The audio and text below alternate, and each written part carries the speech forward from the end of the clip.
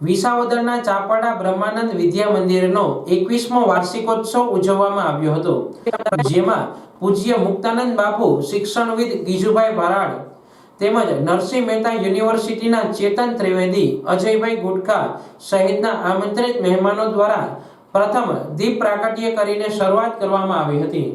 આ તકે સ્કૂલના વિદ્યાર્થીઓ દ્વારા બનાવેલી બુકનું વિમોચન કરવામાં આવ્યું હતું। ચાપાડા બ્રહ્માનંદ ધામ સ્કૂલ 2001માં શરૂ કરેલી ત્યારે આજે બ્રહ્માનંદ ધામ વિદ્યાલયમાં 1000 વિદ્યાર્થીઓ તેમજ વિદ્યાર્થીનીઓ શિક્ષણ લઈ રહ્યા છે।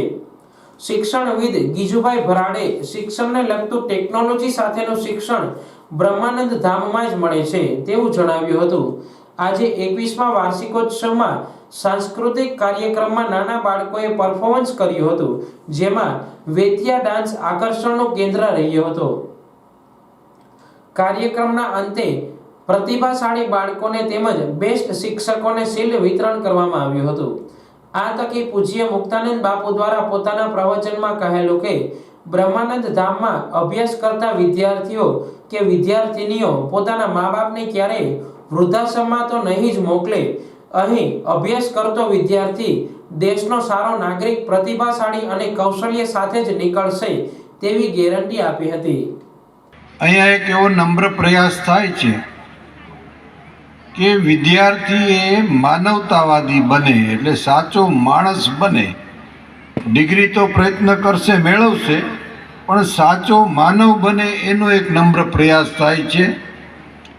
અને ગેરંટી એ વાતની છે કે એકેય વિદ્યાર્થી અહીં ભણી જશે એ એના મા બાપને ઘરડા ઘરમાં નહીં મૂકે, એની ગેરંટી।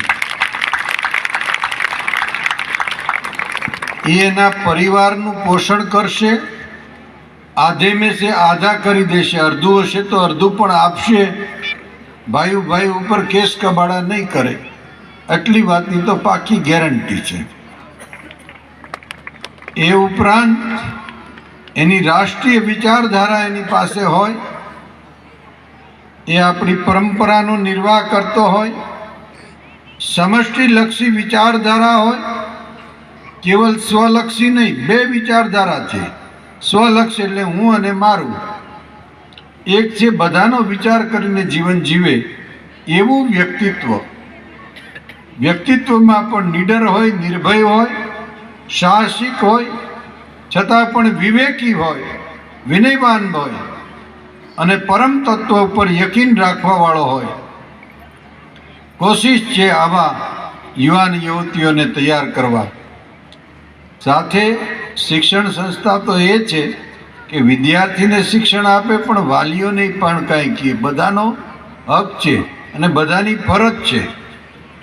એટલે આ જેટલા વાલી આવ્યા છે એને કહેવાનું તમારે બધાને ઘરે માતા પિતા છે, એટલે મુક્તાનંદને સાંભળ્યા પછી મા બાપને સાંભળવાનો પ્રયત્ન કરજો અને એને સાંભળશો, એની સમસ્યા હોય એને હલ કરશો તો મને લાગે છે કે તમારે બહુ મંદિરોમાં જાઓ, ખુશીની વાત છે, પણ નહીંતર ઈશ્વર સ્વીકારી લેશે કે આ મંદિરમાં આવી ગયો છે।